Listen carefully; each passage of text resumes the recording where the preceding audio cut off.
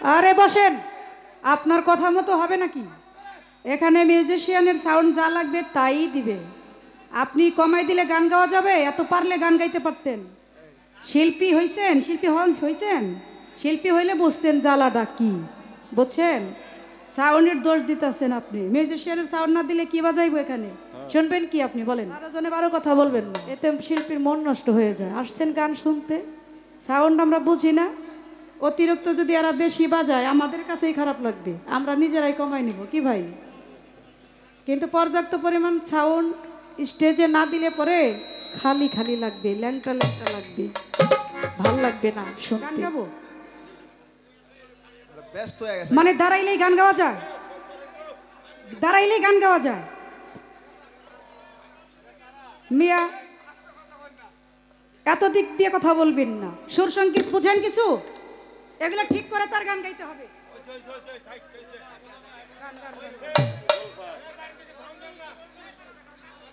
গান গাইলে গানের স্কেল করতে হয় আগে, তারপরে গান গাইতে হবে।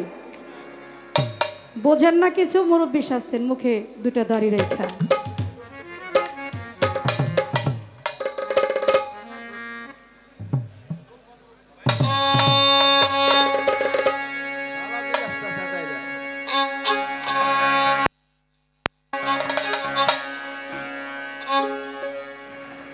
পালা দিয়েছে শরীয়ত এবং মারফত। রাগ করে কথা বলছি, মনে কিছু নিয়েন না।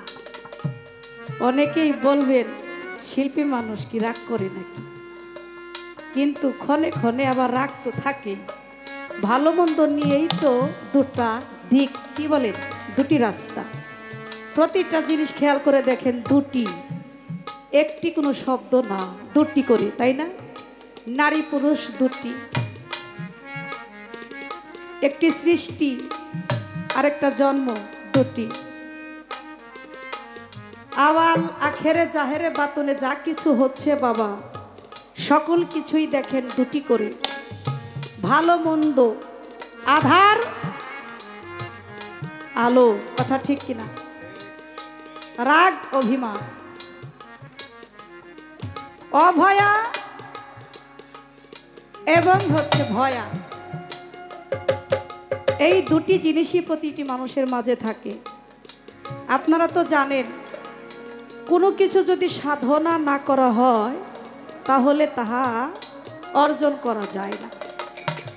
সাধু বলেন, সুফি বলেন, সাধক বলেন, রিসালাত প্রাপ্ত, কামলিয়াত প্রাপ্ত যত গুণীজন আছেন, ধৈর্য ছাড়া কিছুই বাবা হয় না। কেন বললাম? অনেক শিল্পী আছেন, অনেক সাধকও আছেন, সবার ধারা সবার নিয়ম কানুন একরকম নয়। নবী করিম সাল্লাল্লাহু আলাইহি ওয়াসাল্লাম উনি কিন্তু অনেক মানুষের অত্যাচার সহ্য করেছেন, কিন্তু আমার নবী করিম সাল্লাল্লাহু আলাইহি ওয়াসাল্লাম উনিও কিন্তু সময় সময় তার সমাপেক্ষী হইয়া যুদ্ধ করেছেন। করেন নাই? কিসের জন্য করছেন? কারণ ওই সময় কিছু আমলোক আছে, ওই আমলোককে একটু শাসন করতে হবে। কারণ আমলোককে শাসন না করলে সে মাথায় উঠে যাবে, মাথায় উঠলে নবীকে আর মানবে না। এই জন্য শিল্পী হন আর সাধক হন যাই বলেন, সাধক ও ভক্তকে পুরায়। যারা শিল্পী হয়, শিল্পী শিল্পীর বেদন বুঝে। গান রাস্তাঘাটে ঘুরবেন, গাবেন, ওই গান আর স্টেজের গান কিন্তু বাবা এক জিনিস না। হাজারো জনতার মাঝে কিছু মানুষ আছে, দাঁড়ায় কথা বলতে গেলে থরথরায় কাঁপে। আছে কিনা এমন মানুষ? মানে বাইরে খুব বলতে পারবে, কিন্তু একটা মাইক্রোফোন হাতে দেন, এসে যখন একটা কথা বলতে যাবে, 5টি 10টি কথা গুছিয়ে বলতে গেলে তার 24 জায়গায় ভুল। কথা ঠিক কিনা? না মিথ্যা বললাম? গান গাই, বেহালা বাজনা শিখছি, হারমোনিয়াম বাজান জানি, মন্দিরে বাজান জানি, গিটার বাজনা জানি, বাদ্যযন্ত্র শিখে তার গান গাই। এই বাদ্যযন্ত্র যারা শিখে গান করে তারা স্কেল ছাড়া গান গাইতে পারে না, আর তাদের বেসুর কানে লাগলে তারা গান গাইতে পারে না। আমরা গান গাই অনেক কষ্ট করে, এতদিন পর্যন্ত কষ্ট করে এই গানের জগতে আসছি, এই এতদিন পর্যন্ত যদি আপনি এই সাধনাটা করতেন তাহলে আপনি বুঝতেন কত কষ্ট। আমি নাম বলবো না, অনেক শিল্পী আছে গানের স্কেলটাও জানে না, বায়না এতদিন, আমার বায়না এত, কিন্তু একটা স্কেল যদি জিজ্ঞাসা করি ইংলিশে বলেন, গানের স্কেলগুলো বলেন, কোন গান কোন রাগে গান বলেন, কোন গানটা কোন স্কেলে গাইলে গানটা ফুটবে কমবে, এটা ঠিক করেন, জানে না। এই জন্যই বলতে হয় গান একজনে গায় তার বায়না 5,000, একজনে গায় তার বায়না 80,000। এই জন্য রাস্তাঘাটে গান গাওয়া, খেতে গান করা আর স্টেজে গান করার জিনিস না। আমরা গান করি অনেক শুদ্ধভাবে, উচ্চাঙ্গ প্রশিক্ষককে হাজির নাজির রেখে সেই প্রশিক্ষকের কাছে শিক্ষা নেই, তারপরে গান করি। বেসর কানে আসলে বাজে লাগে। সবাই আছেন যারা সালাম জানাই, গন্ডগোলটা রাখবেন বারণ বাবা, পাই ধরে জানাই। যেভাবেতে শরীয়ত মারফতের পাল্লা দিয়ে যায়, আস্তে আস্তে আপনাদেরকে একটু হাসি রঙ্গরসের মধ্যে রাখবো, কিছু কথা আলাপ আলোচনা রাখবো। কেউ কাউকে আমরা ছাড়াছাড়ি করব না এবং ছেড়ে দিব না, ভাবের লড়াই হবে এই নাশ ধরা। আমার শহীদুল ভাই বলছে যে আপনি কিন্তু গান গাবেন, শরীয়ত সরকারকে কিন্তু ছেড়ে দিবেন না, ছাড় দিয়ে কিন্তু এখানে আপনারা গান গাইবেন না। আমিও আমার ভাইরে আজকে এমন বান্ধা বাইন্ধা রাখবো, ছাড়ুন নাই আপনারে, বাইন্ধা কিন্তু নিয়ে যাবো আমি সিঙ্গার মানিকগঞ্জের দ্বারে। আপনি রশিদ সরকারকে ভালোবাসেন আমি কিন্তু জানি,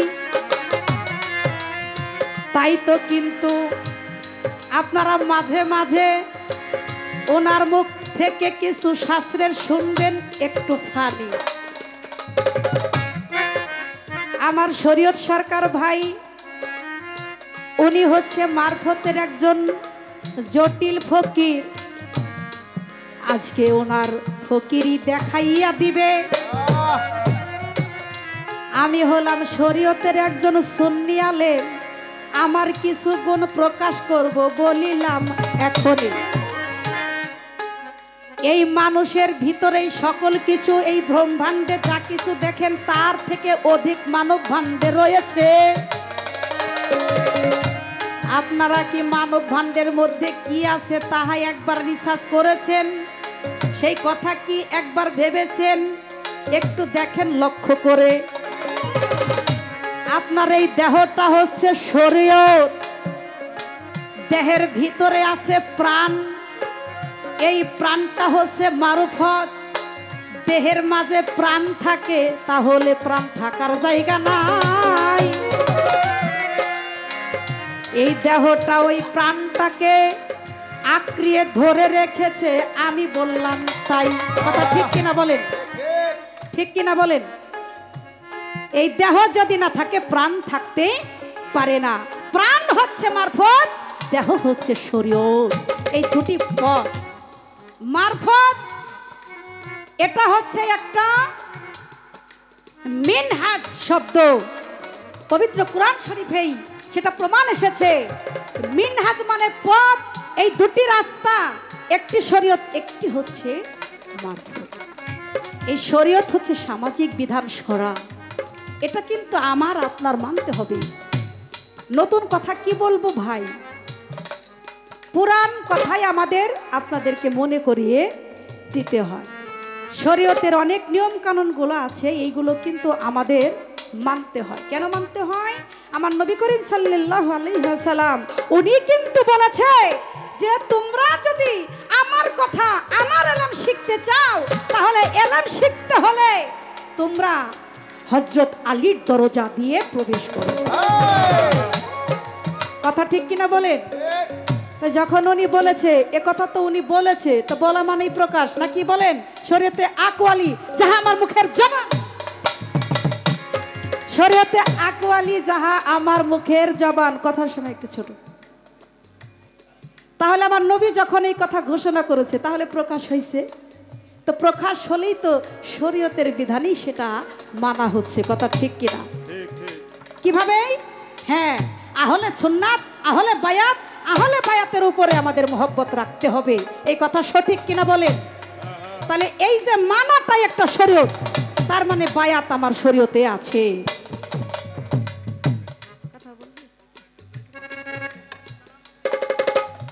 আসসালামু আলাইকুম, ভালো আছেন? কথা বলবে?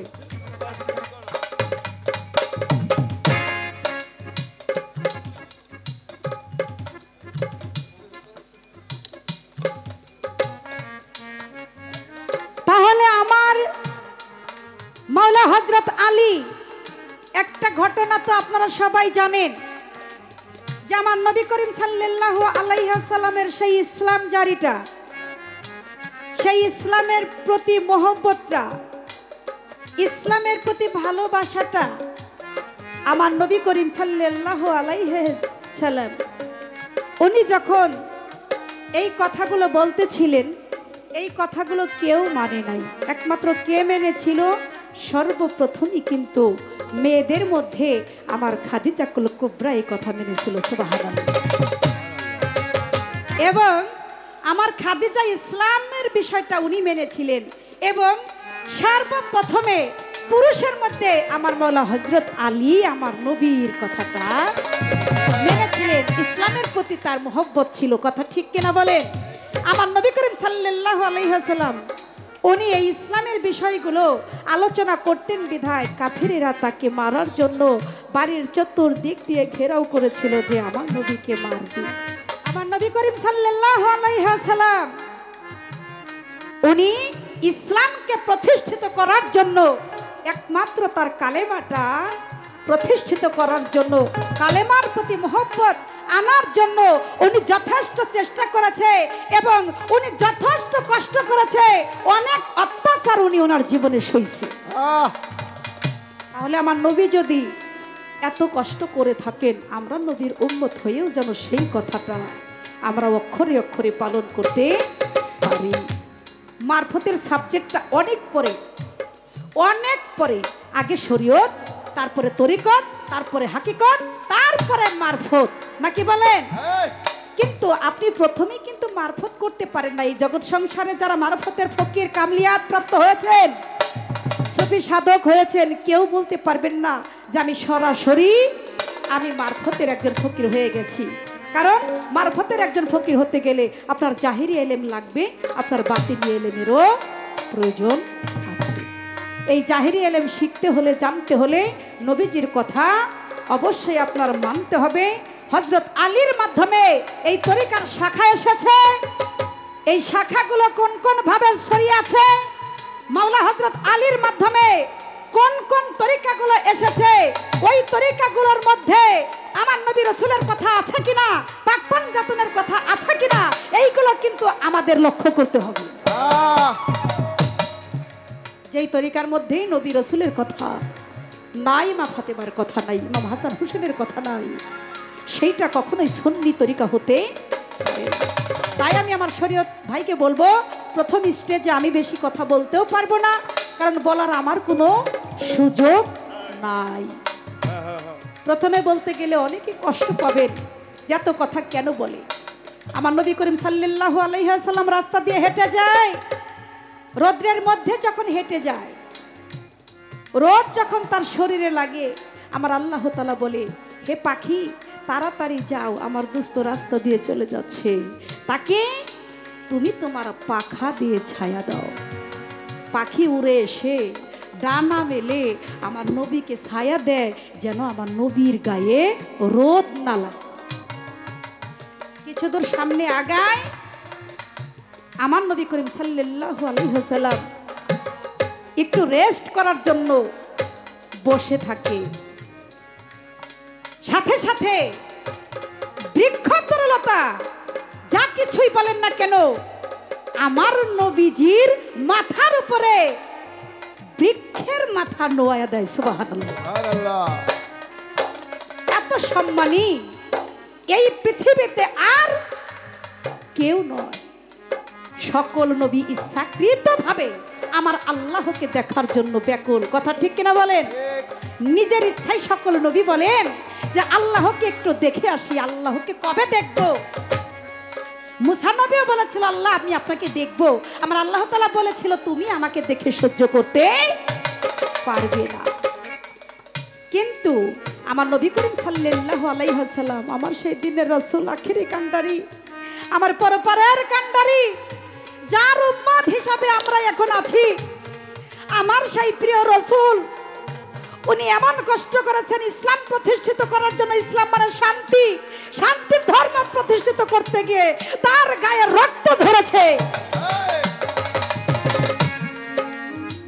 তার গায়ে রক্ত ঝরেছে, জামা ছিঁড়ে গেছে, কতজনই অপমান করেছে। কিন্তু আমার নবী করিম সাল্লাল্লাহু আলাইহি ওয়াসাল্লামের এত ধৈর্য দেখে আমার আল্লাহ তাআলা নিজে খুশি হইয়া ফেরেশতা পাঠিয়ে দিয়েছে, এই মুহূর্তে যাও, আমি আমার বন্ধুর সাথে নিজে দেখা করতে চাই। তাহলে এটা একটা আশ্চর্য ঘটনা, এটা একটা আশ্চর্য ঘটনা যে আল্লাহ নিজেই আমার নবীজির সাথে দেখা করতে চায়। আর সকল নবী ইচ্ছাকৃতভাবে আল্লাহর সাথে দেখা করতে চায়। আমার নবী করিম সাল্লাল্লাহু আলাইহি ওয়াসাল্লামের অনেক অনেক মুজিজা রয়েছে। এই শরীয়তের নিয়ম, হালাল হারাম দেখে যদি কেউ চলতে পারে, মানতে পারে, যার যার স্বভাব খাসিয়ত যদি বজায় রাখতে পারে, তাহলে আমার মনে হয় সেটা যে তরিকাই হোক, যাই হোক না কেন, সেটাই একটা শান্তির ধর্ম। কথা ঠিক কিনা বলে?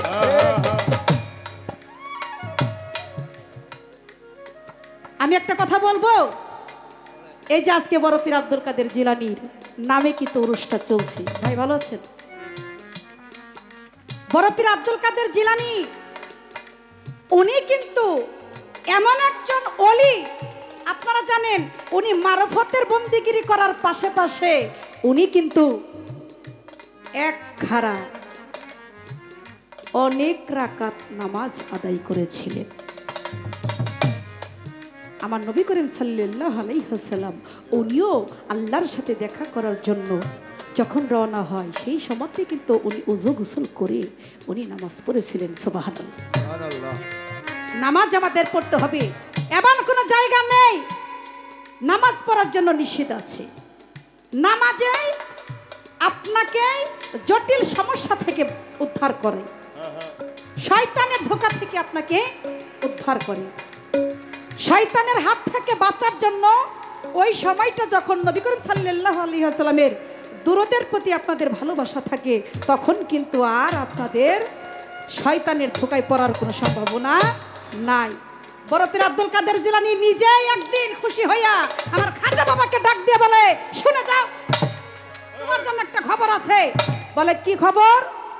বলে আজকে যদি তুমি ফজরের নামাজ পড়তে পারো, এই ফজরের নামাজ পড়লে পরে, এই নামাজ পড়লে পরে তুমি সহ তোমার 14 গোষ্ঠী জান্নাতে যাবে। সুবহানাল্লাহ। আমার খাজা বাবা বলে এই ফজরের নামাজ পড়লে পরে জান্নাতবাসী হব, আমি হব এবং সকলেই হবে। উনি মনে মনে চিন্তা করে, দেখেন অলির কেমন গুণ, উনি মনে মনে চিন্তা করে আমি নামাজ পড়লে আমার সবাই জান্নাতে যাবে, এটা তো খুশির খবর, বাগদাদের সবাইকে দিয়ে দেই। আর আমার বড় পীর আব্দুল কাদের জিলানী বলে, শোনো, বাগদাদের সবাইকে খবর জানায়ও না। বলে কেন?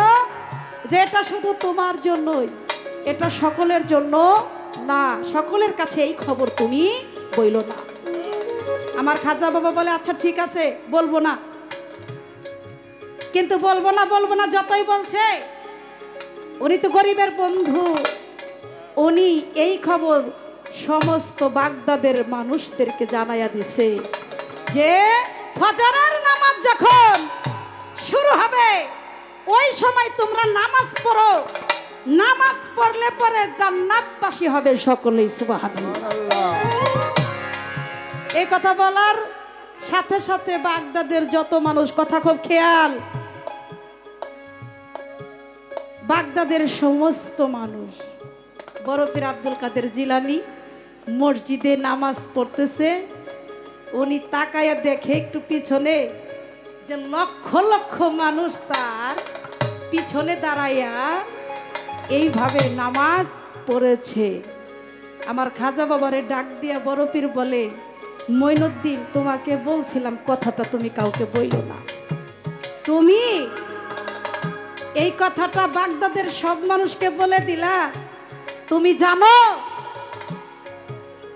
আজকে আমার কাতারে দাঁড়িয়ে এই লক্ষ লক্ষ মানুষ নামাজ পড়তেছে, শুধু একজন নয়, লক্ষ লক্ষ মানুষ দাঁড়িয়েছে আমার পিছনে। এই বাগদাদের সমস্ত মানুষ জান্নাতবাসী হয়ে গেল, জানো?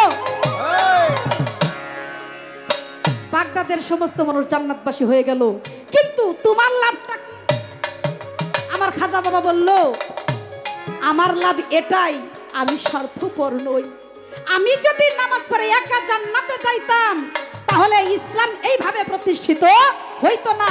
আমি একাই যাইতাম, কিন্তু বাকিগুলো কষ্ট পাইতো, দুঃখ করতো, জান্নাতে যাইতো না, তারা দুজকেও যাইতে পারতো। এই জন্য আমি গরিবের পাশে দাঁড়িয়েছি। আমার জন্য নিয়ামত স্বরূপ আসছে বিধায় আমি যদি সেটা পালন করি, যাদের সামর্থ্য নাই তারা কি, এই জন্য আমাকে ক্ষমা করে দেন, যার জন্য আমি কথাটা বলে দিছি। বলে, আজকে থেকে তুমি শুধু খাজা বাবা নও, তুমি হচ্ছে সমস্ত বাগদাদের গরিবের বন্ধু। আর তুমি খাজা, তোমাকে সবাই বাবা বলে তোমাকে ডাকবে, গরিবের বন্ধু হয়ে তুমি থাকো। তাহলে কত বড় কথা। ওলিয়া উলিয়ারাও কিন্তু ইসলামকে প্রতিষ্ঠিত করার জন্য সেগুলো মেনে চলার চেষ্টা করেছে। তাহলে নামাজ যদি কেউ পড়ার মতো পড়তে পারে, আল্লাহকে স্মরণ সংযুক্ত হাজির নাজির রেখে যদি কেউ পড়তে পারে, তার জন্যই তরিকতের কথা। ঠিক আছে, শহীদুল ভাই বলেছেন কথা একদম কম বলার জন্য, কিন্তু পালা দিয়েছেন বলেই কথাটা আমি বললাম। কথাই মানুষের জ্ঞান আসে, কথা ঠিক কিনা? কথাই মানুষের খারাপ রাস্তা থেকে সঠিক রাস্তায় আসে। যদি বলেন দাঁড়িয়েই গান করব, শুধু গানও করতে পারবো, কোনো সমস্যা নাই।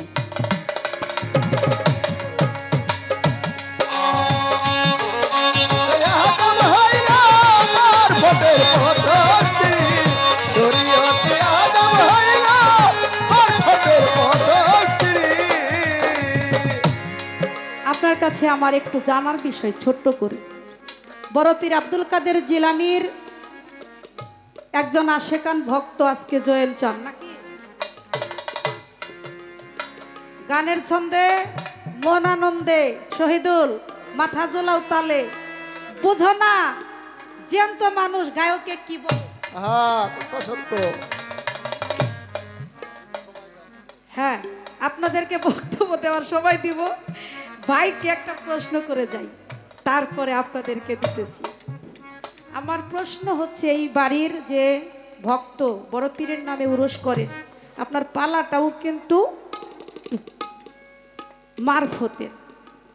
আমি সেই দৃষ্টিগন্ধ থেকে প্রশ্নটা করব, মারফত কয় প্রকার কি এটা আমার জানা দরকার নাই। আমি জানতে চাই, বড় পীর আব্দুল কাদের জিলানী উনি একটা হক কথা বলেছিলেন এবং ওনার জন্য একটা আইন জারি হয়েছিল। কি আইন জারি হয়েছিল?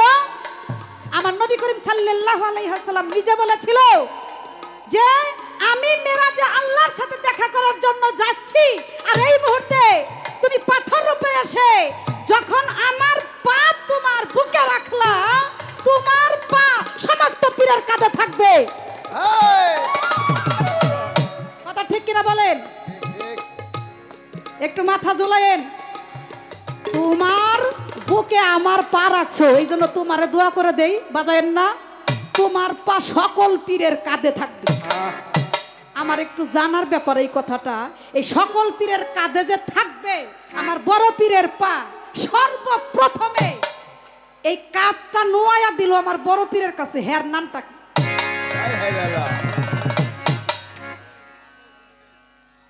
আপনারা শুনবেন কোত্থেকে, কিন্তু এটা শিল্পী সাহেব উনি একটু জ্ঞানের দৌড়াদৌড়ি করুক নাকি, কিন্তু এটার কিন্তু দলিল আছে। আমি জানি হ্যাঁ অনেক কিছু পড়াশোনা করে, আমার একটু জানার বিষয় তো আছেই এখানে, নাকি বলেন? যে সর্বপ্রথম এই কাঁধটা কে নোয়া দিল যে আপনি আমার কাঁধে পা রাখেন? অনেকেই একটা জবাব দেয়, কয় তার পীরে এসে বলছে যে আমার কাঁধে তোমার পাবে। নাউজুবিল্লাহ, এই জঘন্য কথা জানি না আসে। আসলে ওই ব্যক্তিটা কে, কাঁধটা কেন নইলো, এই একটা প্রশ্ন। আর এই কথাটা, এই আইন জারিটা যখন বড় পীরের উপরে আসলো মারফতের মাধ্যমে, একটা পাগল ওই বাগদাদের একটা মরুভূমির ওই গুহার মধ্যে বসে উনি ধ্যান যোগে এই কথাটা শুনছে যে বড় পীর আব্দুল কাদের জিলানীকে এই ঘোষণাটা দিছে যে তার পা সকল পীরের কাঁধে থাকবে। আমি ওই পাগলের নামটা একটু জানতে চাই। এই ধ্যানের মাধ্যমে ওই গুহায় যে বসে রয়েছে, সে ওই বাগদাদের ঘটনা কেমনে জানলো ওই গুহার ভিতরে বসে থেকে? এই ওনার কথাটা আমাকে ভেঙে বলবেন। উনি মারফতের কি সাধনাটা করছিল, তার নামটা কি, কোন সাধনার বলে বড় পীরের এই ইতিহাসটা উনি জানলো। আর আমার বড় পীরের এই একটা ইবাদতে খুশি হইয়া তাকে যে একটা জামা পরিধান করলো, ওই জামাটা কে পরিধান করলো, ওই জামাটা কিভাবে আসলো তার কাছে, কার মাধ্যমে আসলো?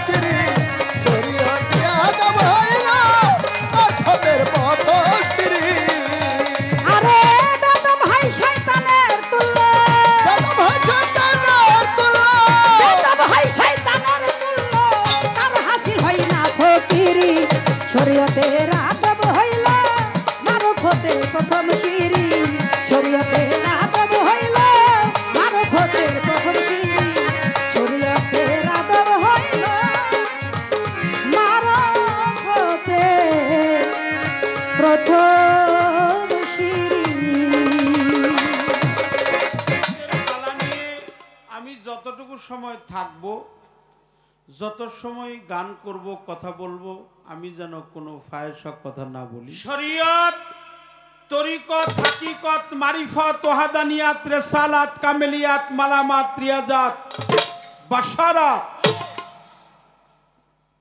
উলুহিয়াত, রুবুবিয়াত, কামেলিয়াত, মালামাত, রিয়াজাত, বাশারাত, সবচাইতে বড় তরিকা হলো খাসিলত।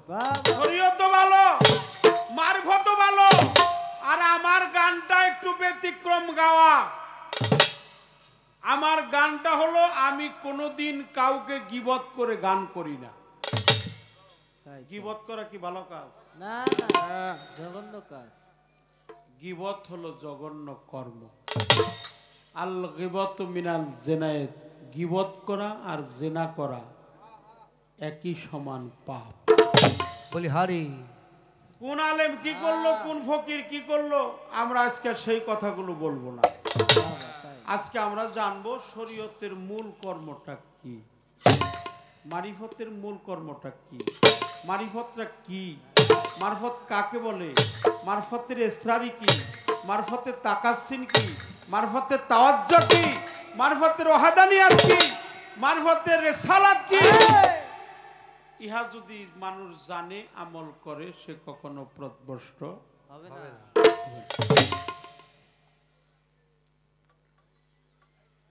যিনি পীরের পীর, আজকে যার নামের হলো উরস, তিনি হলো আব্দুল কাদির জিলানী।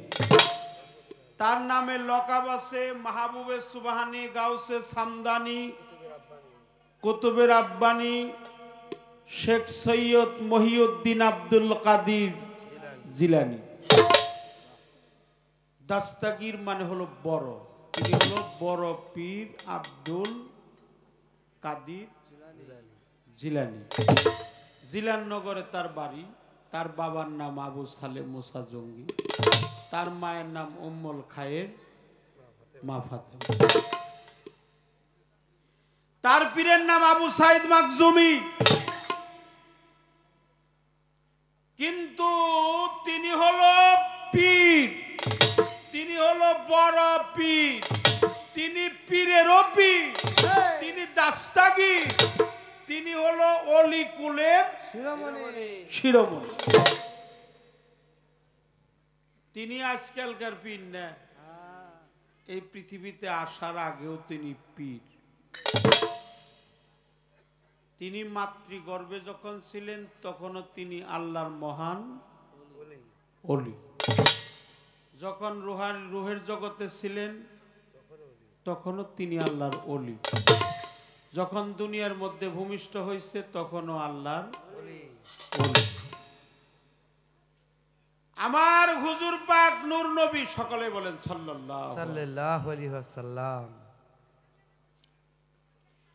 প্রিয় নবী নূর নবীজি যখন পবিত্র মেরাজে ভ্রমণ করেছিলেন, বুরাকে চড়বে চড়বে ভাব, এমত অবস্থায় তাকিয়ে দেখে একটা পাথরের মধ্যে পা দিয়ে রসুল পাক বুরাকের মধ্যে আহরণ করলেন। পাথরের দিকে তাকিয়ে দেখে পাথরের গাটা একটু ঘামতেছে। আমার বড় পীর ছিলেন অন্তর্যামী, বড় পীর ছিলেন অন্তরের খবরও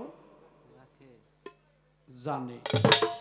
বলে, এই পাথর, তুমি তো পাথর না, তুমি হলো আব্দুল কাদির।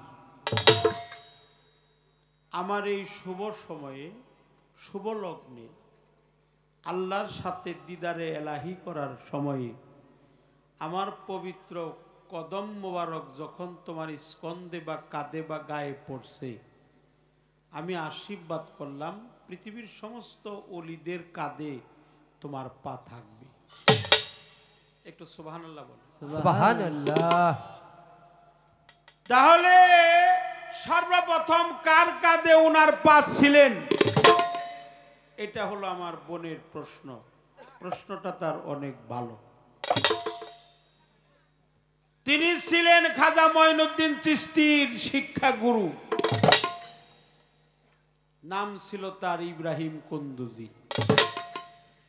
ইব্রাহিম কুন্দুজি সর্বপ্রথম আমার বড় পীরকে গিয়ে বলল, আব্দুল কাদির জিলানী, আপনি পীরানে পীর, আপনি বড় পীর, আপনার কাঁধে পড়ছিল রসুল পাকের পা, সময় সুযোগ সুজলগ্নে আপনি আমার কাঁধে আপনার পবিত্র কদমটা সর্বপ্রথম রাখেন। এক নাম্বার প্রশ্ন। দুই নাম্বার প্রশ্ন, একটা পাগল জানতেন, সেই পাগল ছিল বারেক পাগলা। সে ছিল মেলুদুনি যুক্ত পাগল, সে আল্লাহওয়ালা পাগল। এই পাগলই জানতেন সেই খবরটা যে আল্লাহর রসুলের পা পড়ছে তার কাঁধে, তার পা থাকবে সমস্ত ওলিদের কাঁধে। আমি একেবারে ছোট্ট করে বলতে গেলে অনেক ঘটনা, মতভেদ থাকতে পারে, এক একজন রাবি এক একজন ভাবে লিখতে। এনে কথা হইতেছে,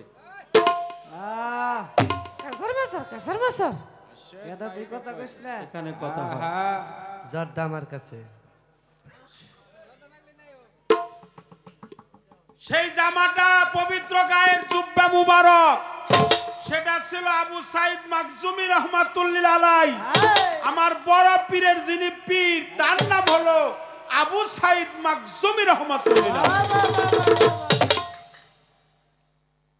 আমি কোনদিন কোন আলেম মুনশিরে খারাপ বলবো না, তবে যে আলেম কয় আমার নবী হাজিরও না নাজিরও না, যে আলেম কয় আমার নবী নূর না, যে আলেম কয় আমার নবী নিরক্ষর, অক্ষর জ্ঞান তার ছিল না, আমি মনে করি সে আলেম হইতে পারে নাই। খারাপ বলছি? আলেম হইতে পারে নাই।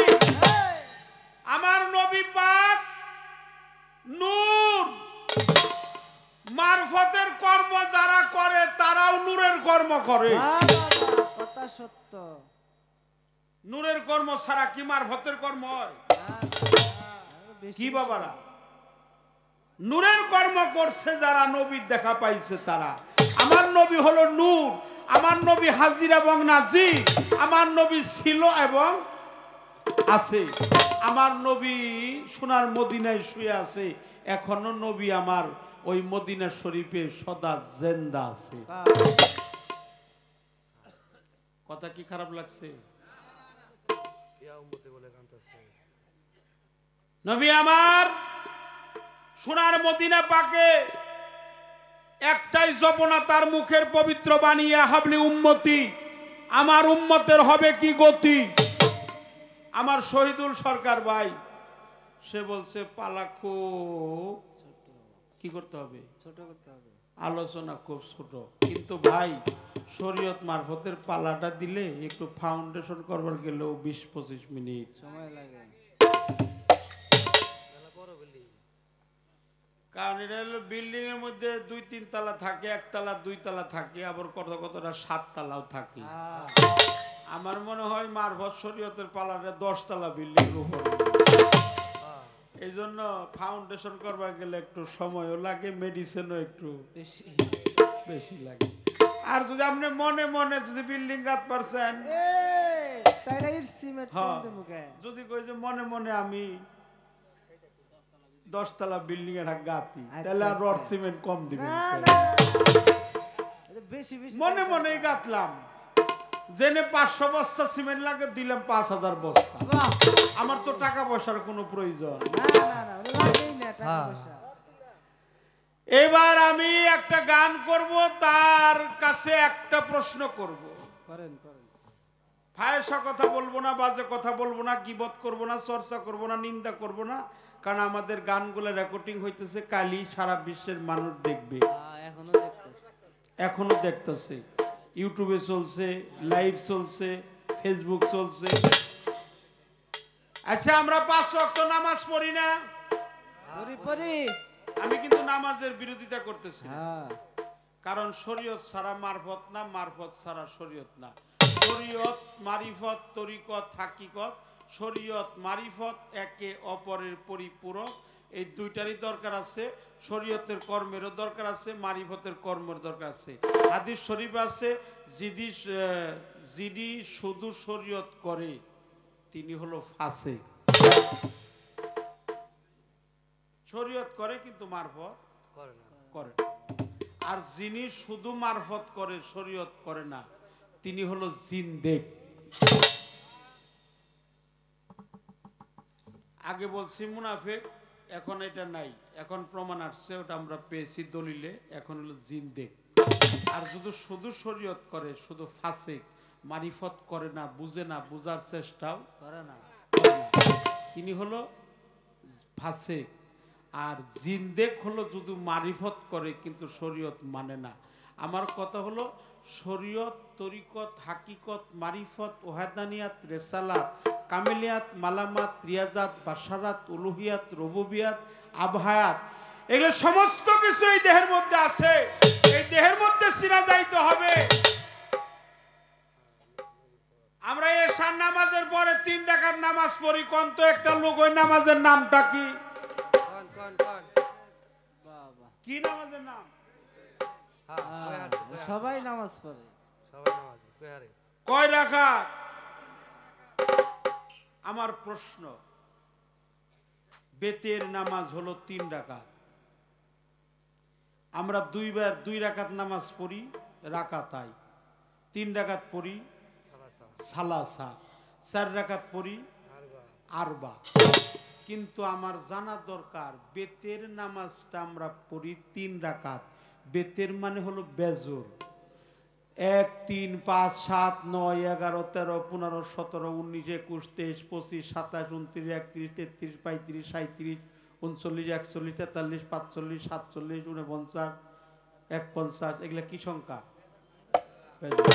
2, 4, 6, 8, 10, 12, 14, 16, 18, 20, 22, 24, 26, 28, 30, 32, 34, 36, 38, 40, এগুলা কি সংখ্যা? জোর। একটা হলো জোর আর একটা হলো বেজুর। জোর আর বেজুরের মধ্যে পার্থক্য, 2 রাকাত হলো জোর আর 3 রাকাত হলো আমার জানা দরকার। একবার তাকবীর তাহরামে দিয়ে আল্লাহু আকবার, নাওয়াইতু আন উসাল্লিল্লাহি তাআলা রাকাতাই সালাতিল ফজরে ফারদুল্লাহি তাআলা মুতাজ্জান লিল কাবাতি শরীফাতি, আল্লাহু আকবার। যদি ইমামের পিছনে পড়েন একটা দায়িতুল বিহাজাল ইমাম, ফজরে ফারজি ফারদুল্লাহি তাআলা মুতাজ্জাহান ইলা জিহাতিল কাবাতি শরীফাতি আল্লাহু আকবার ইক্তাদাইতু বিহাজাল ইমাম ইমামের পিছনে পড়লে এটা কইয়া বলি আল্লাহু আকবার এটা পইরা 2 রাকাত পড়ি কিন্তু আবার 4 রাকাত পড়লে আরবা 3 রাকাত পড়লে সালাসা কিন্তু নামাজ হলো 3 রাকাত বলতে হয় সালাসা তাকবীর দিতে হয় 2টা ঠিক কি না একবার তাকবীর দেন আবার ওটা ব্যাঙ্গে আবার আল্লাহু আকবার আল্লাহু আকবার যখন দেন আচ্ছা তখন দিয়ে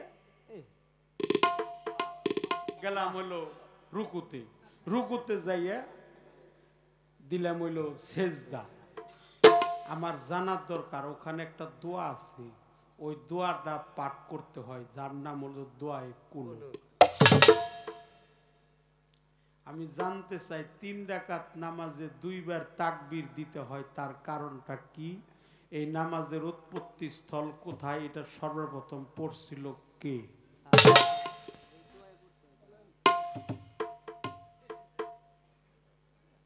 এটা সর্বপ্রথম পড়ছিল কে এটা 3 রাকাত হওয়ার কারণটা কি আর দোয়ায়ে কুনুত হ্যাঁ হ্যাঁ এটা ওই জায়গায় পড়তেই হয় তার কারণটা কি প্রশ্ন আমার একটাই আর দ্বিতীয় কোনো প্রশ্ন আমি করব না করব বাহ একটাই কাম হয়ে যাবে হ্যাঁ এই একটার মধ্যেই ব্যাগটা বাহ যত নামাজ হজ জাকাত কলেমা কালাম আকিকা কুরবানি সাধন ভজন আছে এই একটার মধ্যেই ব্যাগটা আছে আমার বইনে খালি কইব আমরা খালি শুনবো আর আমাকে যদি অপরাধ হয় দুইজনের আমরা তো কইতাছি কারণ ভুল আমাকে হইতে পারে আপনাকে তো ভুল নেই আপনারা তো শুনতেছেন যে কয় না তার কোনোদিন ভুল হয় না যে কয় তার ভুল হয় হয় আমরা কই আমাকে ভুল হইতে পারে পারে ভুল হইলে আমাকে ক্ষমা সুন্দর দৃষ্টিতে বাহ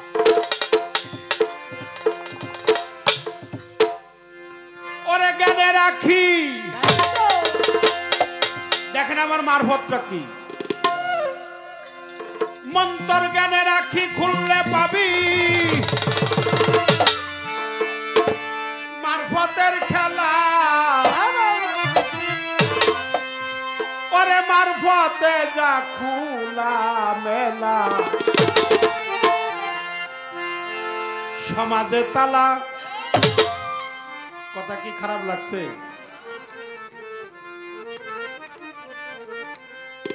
জ্ঞানে রাখি খুললে পাবি মারফতের খেলা ওরে জ্ঞানে রাখি খুললে পাবি মারফতের খেলা জ্ঞানে রাখি খুললে পাবি মারফতের খেলা মারফতে যা খোলা মেলা সমাজের তালা কমন মারফতে যা খোলা মেলা সমাজের তালা ওরে জ্ঞানে রাখি খুললে পাবি মারফতের খেলা ওরে জ্ঞানে রাখি খুললে পাবি মারফতের খেলা মারফতে যা খোলা মেলা সমাজে তালা ওরে মারফতে যা খোলা মেলা সমাজে তালা আরে বাবা যেদিন মাওলার দেখা পাবি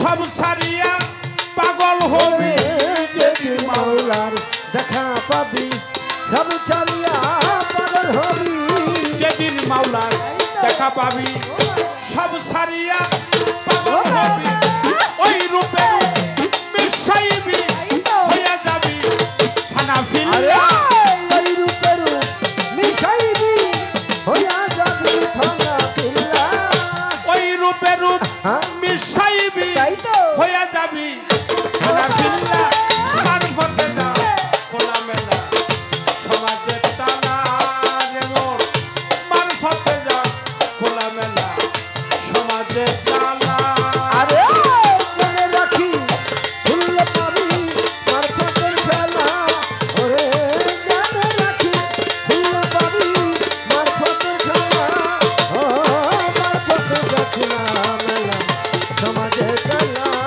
ওরে মারফতে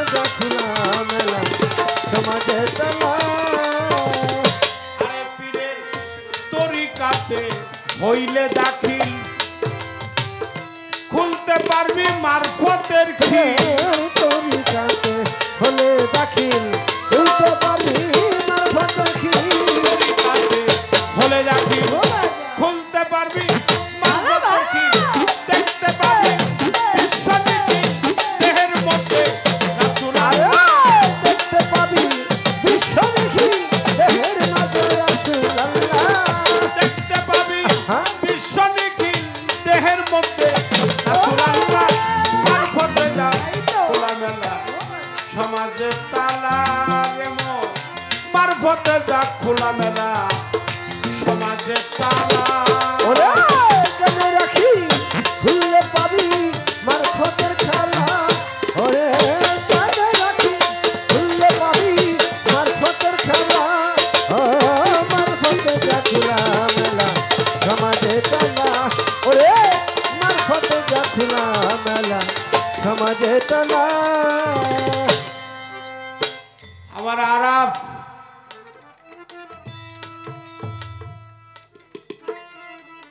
কোনটায় জানে হাম দেয় ভাই আরাফ থেকে আরাফা মান আরাফা নাফসাহু ফাকাদ আরাফা রাব্বাহু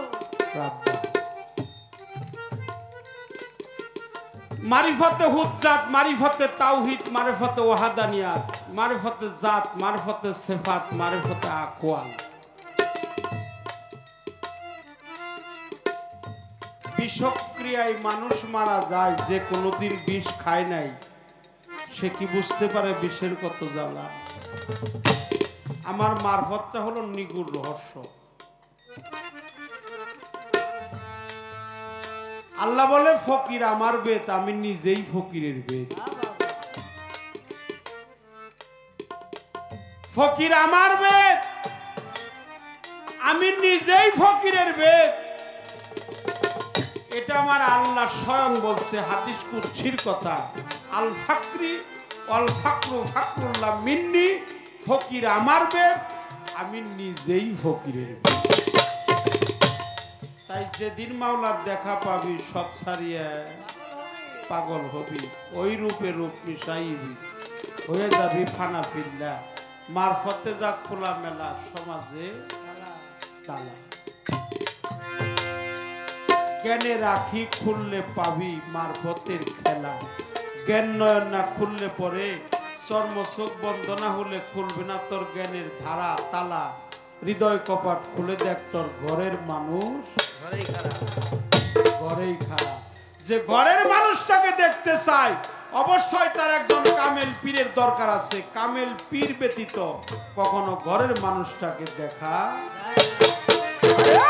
জেনে রাখি খুললে পাবি মারফতের খেলা ওরে জেনে রাখি খুললে পাবি মারফতের খেলা ও মারফতের খেলা মেলা সমাজে টানা ওরে মারফতের খেলা মেলা সমাজে টানা আরে বাবা জেগেছে মাওলাতে মিশে বলো তারে সিলবি কিসে জেগেছে মাওলাতে মিশে বলো তারে সিলবি কিসে জেগেছে মাওলাতে মিশে বলো তারে সিলবি কিসে পাইলো দিবে পাছান পাশে আসে যাইও রাসূল আরে কইলে দিবে পাছান পাশে আসে যাইও রাসূল আল্লাহ পাইলো দিবে পাছান পাশে আসে যাইও রাসূল আল্লাহ মারফতে যা খোলা মেলা সমাজে তালা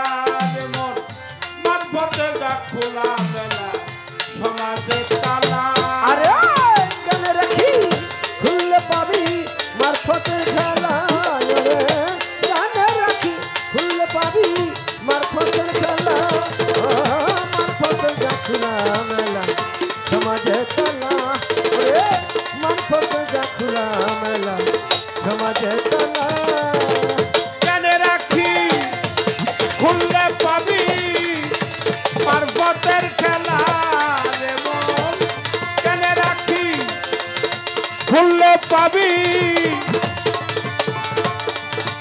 মারফতের খেলা ওরে মারফতে যা তালা ওরে মারফতে ডাকুলা মেলা সমাজে তালা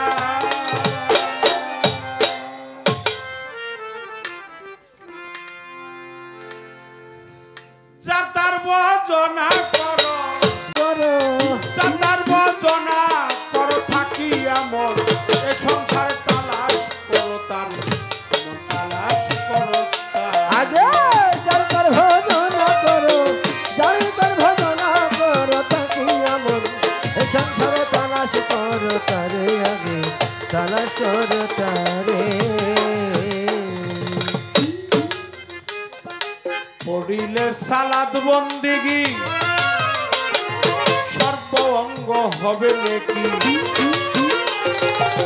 বিনয়ে ডাকছে থাকি আইরে আমার ঘরে কিরাই আইরে আমার ঘরে কিরাই আইরে আমার ঘরে পড়িলে সালাদ বন্দিগি সর্ব অঙ্গ হবে নাকি বিনয়ে ডাকছে থাকি আইরে আমার ঘরে কিরাই আইরে আমার ঘরে কিরাই আইরে আমার ঘরে আরে খাক যাবে তার খাকে মিশে বাতার যাবে উড়ে তোমার মাথা যাবে উড়ে তোমার মাথা যাবে উড়ে আরে খাক যাবে তার খাকে মিশে বাতার যাবে উড়ে তোমার মাথা যাবে উড়ে তোমার মাথা যাবে উড়ে আরে আত্মসয়াম জ্বালাইয়া আরে আত্মসয়াম জ্বালাইয়া আত্মসয়াম জ্বালাইয়া রুহু যাবে শূন্যকার তালাশ করো কারে তালাশ করো আগে চরিতার ভজনা করো চরিতার ভজনা করো তাকি আমন এই সংসারে তালাশ করো তারে আগে তালাশ করো তারে এই কথাটা মাওলা আলীর কথা। এই গানটার লেখক হলো বৃহত্তর ময়মনসিংহের কবি জালালউদ্দিন খাঁ সাহেব। তিনি বলেছে যার তার ভজনা করো, তুমি যার তার ভজনা করো। তুমি যার তার ভজনা করো, তুমি যার না তার ভজনা করিও।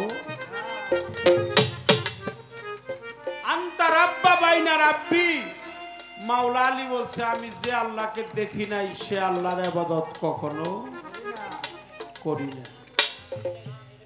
আমি যে আল্লাহকে দেখেছি সে আল্লাহর ইবাদত বন্দেগী করি।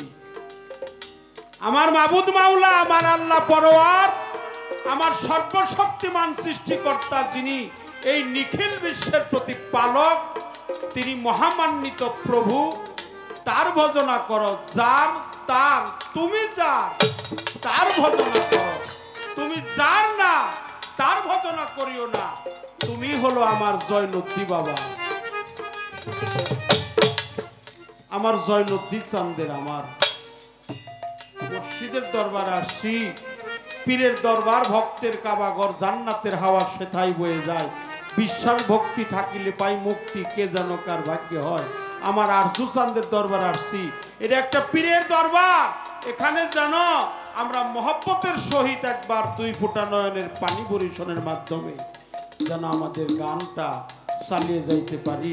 আমি সবার কাছে দোয়া চাই, দয়া চাই, আশীর্বাদ চাই, দরদ চাই।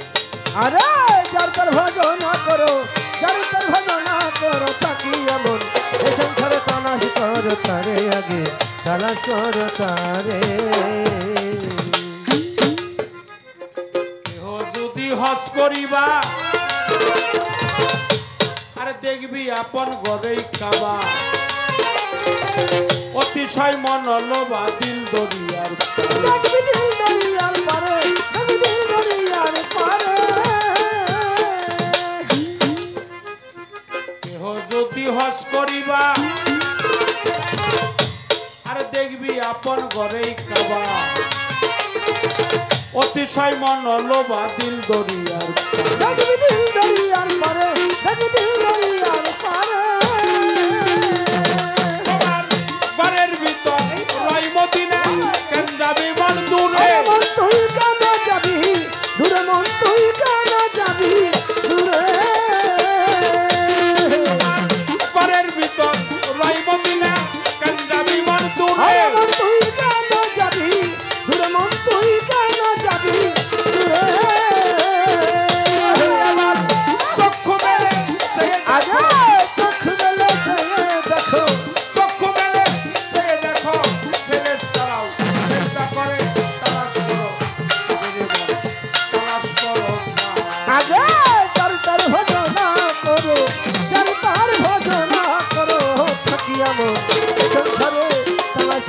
তারে আগে তালাশ করো তারে লালেরই সববাণী আবু হায়াতের পানি এই দেহের মধ্যেই আছে জানি চিনতে কয়জন পারে। তারে চিনতে কয়জন পারে তারে চিনতে কয়জন পারে লালেরই সববাণী আবু হায়াতের পানি এই দেহের মধ্যেই আছে জানি চিনতে কয়জন পারে। তারে চিনতে কয়জন পারে তারে চিনতে কয়জন পারে আরে বাবা সারা বাম তো ঘুরা খেয়ে যাবি আমার পুরে আরে মন তুই যাবি আমার পুরো মন তুই যাবি আমার পুরে বাবা সারা বাম তো ঘুরা খেয়ে যাবি আমার পুরে আরে মন তুই যাবি আমার পুরো মন তুই যাবি আমার পুরে